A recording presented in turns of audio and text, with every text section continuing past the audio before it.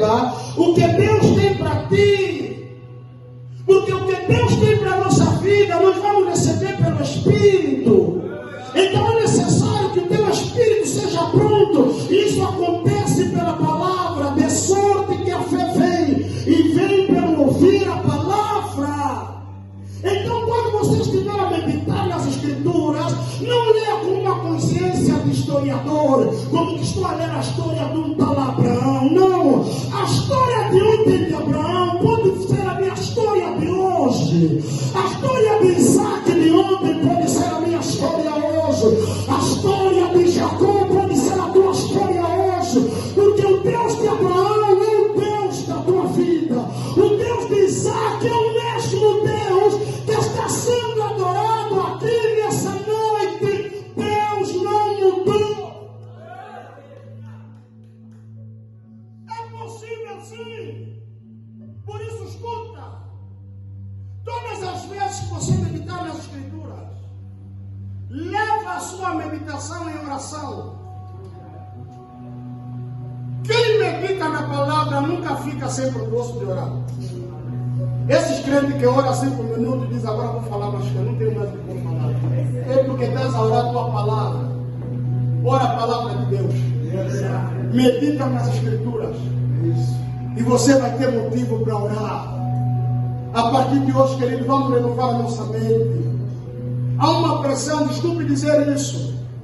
Essa pressão até às vezes é teológica também. Porque às vezes a teologia quer sistematizar Deus. Que Deus já não faz. Por que não? E outro extremo que a gente vê no nosso contexto. Se fizer é porque é feiticeiro. Que brincadeira é essa? Você acredita no diabo e não acredita em Deus? Porque cristãos de Deus que estão a ser usados de forma terribilíssima nessa terra são julgados como feiticeiros. Quer dizer, nós que somos a igreja, isso é uma vergonha para nós. Temos maior facilidade de crer no diabo e dificuldade de crer no nosso Jesus. Se você acha que Satanás faz, por que Deus não faria? Se o que ele faz, ele copia em Deus. Satanás não criou nada, Satanás é criatura, mas Deus criou todas as coisas. Está na hora de voltarmos a crer em coisas grandes.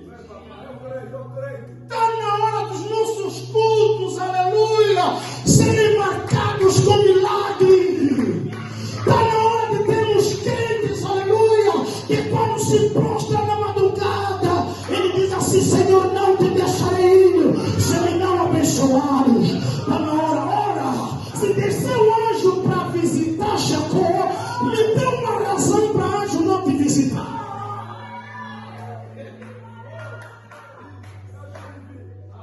Me deu uma razão para isso não acontecer.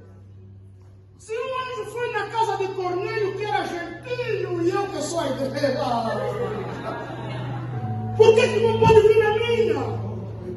Mas quando a gente fala disso, escândalo, somos até às vezes taxados como irresponsáveis na pregação, porque falei de anjo. Se eu falar que um anjo me visitou, você vai se escandalizar. Mas se eu dizer assim, não, essa madrugada um demônio me visitou, você vai crer. Se os demônios vêm, por que anjo não pode vir? É uma questão de voltarmos a crer. Querido, Jesus Cristo é o mesmo. Está na hora de você voltar a orar e dizer: Deus, eu quero viver o que está escrito. Se visitasse, tem uma mulher aqui estéril, já poderia pegar esse texto e levar em oração. Se o Senhor visitou Isabel, por que não visita a Antônia?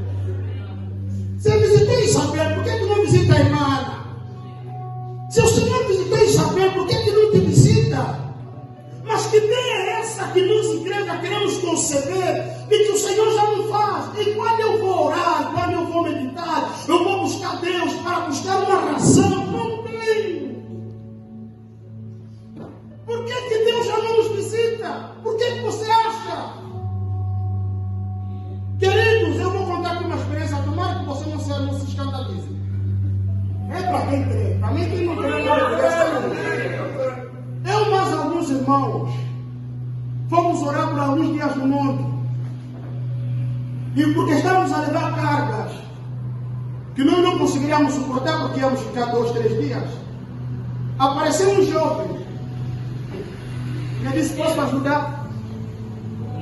Nós dissemos, ajuda, vamos aqui te pagar. Irmão, o jovem pegou uma troncha, subiu conosco até o monte, ajudou-nos a montar as tendas. Como eu ia voltar para resolver um assunto e subir mais tarde, eu desci com um jovem.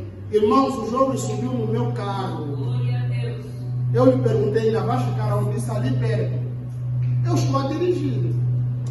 Irmão, quando eu estacionei o carro para ele descer, o jovem não estava no carro. Eu fiquei até assustado. Meu Deus, o filho alheio caiu do carro. Voltei até o pé do monte. Não achei. E quando eu fui questionado, disse, aquele então era anjo.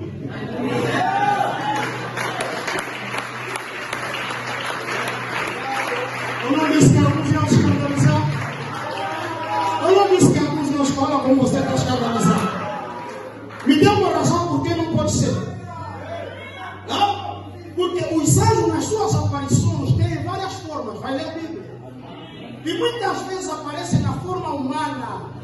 Os anjos que foram na casa de Abraão comeram carne e pão, mas eram anjos, porque apareceram na forma humana. Então, se apareceram no Abraão, por que tu não pode aparecer para nós? Querido, nosso Deus é o Deus de Abraão, Jesus Cristo é o mesmo. Eu vim aqui para desafiar a tua fé. Você ainda acredita que o que está escrito pode ser um testemunho na tua vida? Então, a partir de hoje, vai orar. Querido, quem lê a palavra precisa ter fé. Eu não entendo os cristãos de hoje. Estudam a palavra, leem a palavra, pregam a palavra, mas não acreditam. Porque escuta o que eu vou lhe perguntar.